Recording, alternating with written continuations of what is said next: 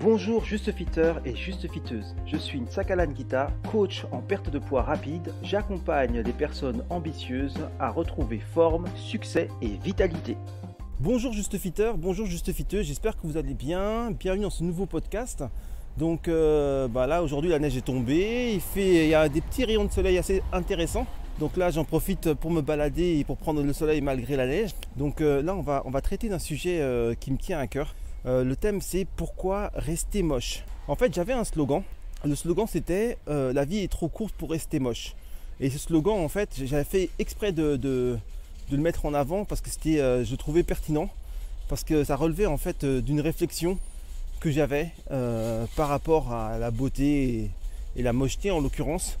Et je me rappelle qu'à l'époque il y avait sur Facebook une fille qui m'avait interpellé et qui était assez choquée puisqu'elle me disait est-ce que être gros c'est être moche? Je lui avais répondu mais j'ai pas pu le faire de façon vraiment exhaustive et du coup aujourd'hui j'ai envie de vous parler de ça.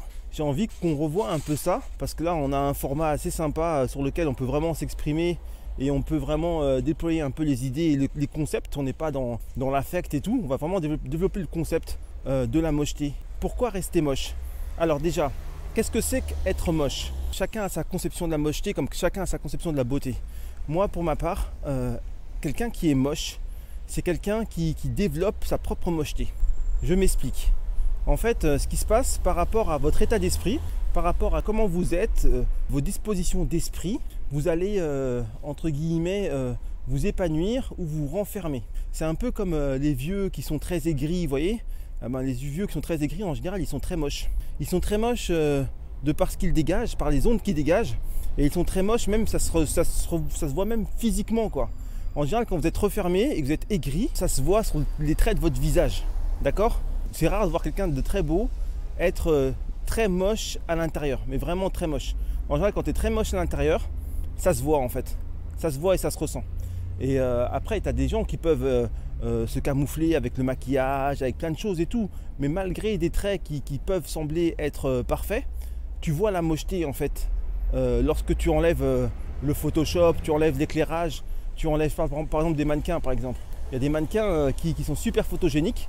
Mais si tu les vois en vrai, sans maquillage, sans rien, dans leur vérité, tu vois leur mocheté. Ils ne sont pas du tout aussi beaux que lorsqu'ils sont sur un magazine ou un truc comme ça. Ils sont moches quoi. Il y en a, ils sont moches. C'est pas parce qu'ils sont méchants ou je ne sais quoi, mais c'est vrai, c'est un milieu de merde quoi. Le mannequinat, c'est un milieu de merde. Et donc en fait, comme c'est un milieu de merde, t'en prends plein la gueule. Et comme t'en prends plein la gueule, en fait, tu vas te refermer et donc tu vas commencer à devenir moche. Tu vois ce que je veux dire? Mais bien sûr, lorsque tu vas monter sur scène, lorsque on va commencer à te prendre en modèle et qu'il y aura tout un groupe de maquilleuses qui vont venir s'occuper de toi, etc., tu paraîtras beau ou belle. Donc tout sera fait pour que tu sois magnifié sur les différents supports, mais réellement, en fait, tu es moche. Tu vois ce que je veux dire? Et c'est ça. Donc en fait, la mocheté, dans ma conception, la mocheté est réellement un choix. Quelqu'un qui par exemple va être déformé parce qu'il a eu un accident quelconque, d'accord, il va avoir une tare physique. Cette personne n'est pas moche, d'accord. Ses traits ne sont pas conformes. Et effectivement, elle sort de la norme. Mais elle n'est pas moche, c'est autre chose. Tu peux être choqué, tu peux être peut-être même un peu horrifié, ce que tu veux, mais ce ne sera pas de la mocheté, ce ne sera pas de la laideur, ce sera une anomalie, c'est parce que tu n'es pas habitué à ce design quoi. Donc c'est ça qui va te choquer, mais c'est pas parce qu'elle sera moche. Et les gens qui sont moches, comme je vous le dis, c'est les gens qui choisissent d'être moches. Pourquoi il y a beaucoup de personnes en surpoids qui sont moches? Elles sont pas moches parce qu'elles sont en surpoids, elles sont moches parce que leurs énergies se renferment. Lorsque ça va mal et lorsque tu te caches, tu essaies de trouver une échappatoire via la nourriture, c'est parce que ça va pas. Et comme ça va pas, tu te renfermes. Et comme tu te renfermes, en fait, tu deviens moche. C'est ça en fait. C'est pas parce que tu as des kilos en trop. C'est parce que à l'intérieur, ça ne va pas. Et ce qui ne va pas à l'intérieur va commencer à se voir à l'extérieur. Cette laideur qui t'enferme à l'intérieur va se voir à l'extérieur. Donc c'est pas parce que tu es gros que tu es moche. Tu deviens moche parce que des choses qui ont fait que tu deviennes en surpoids t'ont rendu moche en fait. D'accord? Tu es dans une énergie de mocheté. Tu es dans une énergie qui te renferme et qui ne permettent pas ton épanouissement, qui ne permet pas de faire éclater ta beauté. Parce qu'il n'y a pas de beauté, tu te sens mal. Tu peux pas être beau en te sentant mal en fait. C'est ça qu'il faut comprendre. D'accord? Donc la beauté, c'est parce que tu te sens bien. Il n'y a rien de plus beau que d'être en bonne santé, physique et mentale. C'est pour ça que les enfants sont beaux, parce qu'ils sont éclatants. Un enfant en pleine santé, qui sourit, qui rigole, il est beau. Parce que psychologiquement et physiologiquement, ça rayonne. D'accord? Par contre, si toi, tu n'es pas dans ces énergies-là, si toi, tu te sens mal, tu vas devenir moche. Et c'est pour ça que n'importe qui, c'est-à-dire que potentiellement, en fait, on est tous beaux. C'est ça qu'il faut comprendre. Et il ne faut pas voir le verre à moitié vide, il faut voir le verre à moitié plein. Nous sommes tous beaux, il faut bien le comprendre. Et c'est parce qu'on le veut, parce qu'on ne nous a pas appris à travailler notre beauté, à travailler notre paix intérieure, à travailler notre harmonie, c'est pour ça qu'on devient moche avec le temps. Tout fait pour qu'on se renferme et pour qu'on aille vers la mocheté. Mais à la base, on est beau. Et on devrait tous cultiver notre beauté. Et notre beauté, ça passe par quoi? Ça passe par notre santé. Santé, hein, vraiment au sens large. Hein. Dites-vous bien que lorsque vous avez trop de surcharge pondérale, lorsque vous avez trop de gras, vous n'êtes pas en bonne santé. La graisse est un facteur de maladie. La graisse est handicapante. D'accord? Lorsque vous avez trop de poids, vous allez commencer à avoir de l'arthrose, vous allez commencer à développer des problèmes cardiaques, vous allez commencer à avoir plein de choses qui vont dysfonctionner parce que la graisse n'est pas saine. C'est pas de la matière saine, la graisse. On doit avoir de la graisse, mais dans des proportions raisonnables. On ne doit pas être en surpoids. On ne peut pas. Le corps n'est pas fait pour être en surpoids. Il n'est pas fait pour avoir 8, 10, 20 kilos en trop. C'est pas normal.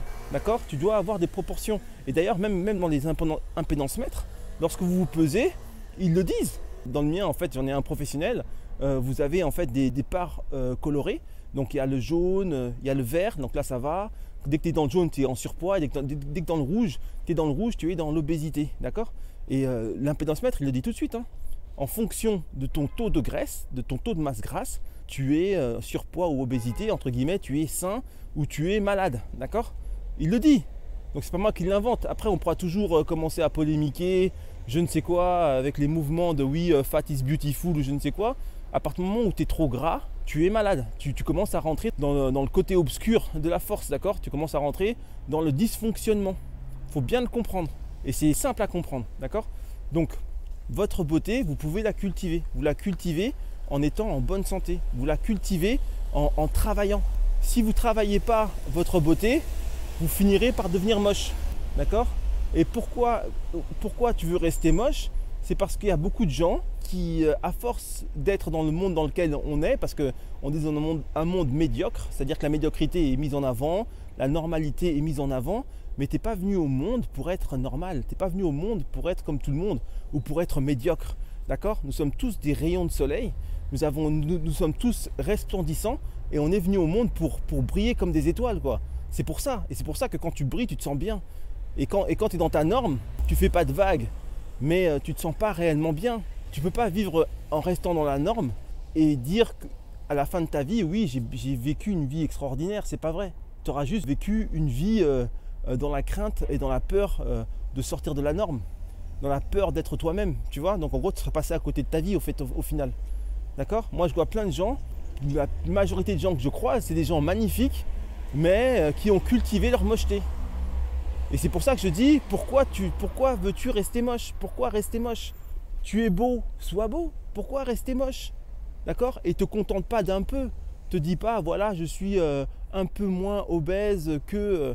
tu vois, à partir du moment où tu commences à avoir des bourrelets, à partir du moment où tes muscles ne sont pas toniques, à partir du moment où tu commences à devenir flasque, que tu te sens pas bien dans ton corps, que tu n'arrives pas à disposer de toutes les capacités physiques de ton corps et tout, voilà, dis-toi que ça va pas. Il y a énormément de gens qui devraient se faire coacher et qui ne le font pas en pensant être bien, quoi, être comme ils devraient être. Mais en fait non, ils sont juste soit dans la norme, soit un peu plus que la médiocrité ambiante. Mais en fait c'est nul, quoi. C'est ça que je veux comprendre, vous devriez comprendre. La majorité des gens sont des gens, vous êtes tous magnifiques en fait. Et à partir du moment où vous allez faire le travail, vous allez faire l'effort de cultiver votre beauté, de cultiver votre santé physique et mentale, vous allez devenir resplendissant, quoi. Vous allez devenir resplendissant, mais vraiment, vraiment physiquement, psychologiquement, vous serez réellement beau et heureux. Mais ça demande du travail, ça demande de s'impliquer, ça demande d'avancer, arpenter son chemin. C'est pas être devant Netflix et manger des pop-corn et des chips. Hein, c'est autre chose que de partager des croissants avec les collègues ou des donuts au bureau. C'est autre chose que ça, quoi. Ça demande un travail. Donc arrêtez d'être feignant, travaillez votre beauté inhérente, innée, travaillez votre beauté, votre bien-être. Vous avez le droit d'être heureux, vous avez le droit d'être beau, vous avez le droit d'être resplendissant, magnifique. Vous devez resplendir comme des étoiles. Vous ne devez pas vous renfermer dans une médiocrité et dans une mocheté croissante. Parce que la mocheté n'a pas de fond. Hein. La mocheté n'a pas de fond.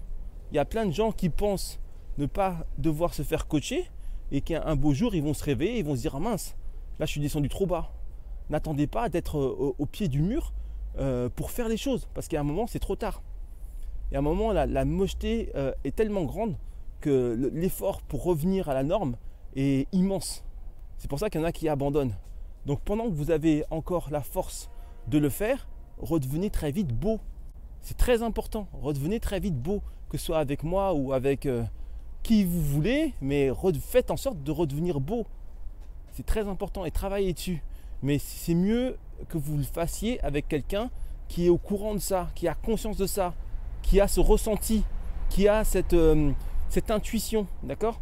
Si vous bossez purement mécaniquement, ça ne marchera pas parce qu'il y a une part physique, mais il y a une part aussi psychologique et spirituelle. C'est pas que sur le plan physique. C'est pour ça que si tu fais du sport pour faire du sport, c'est difficile.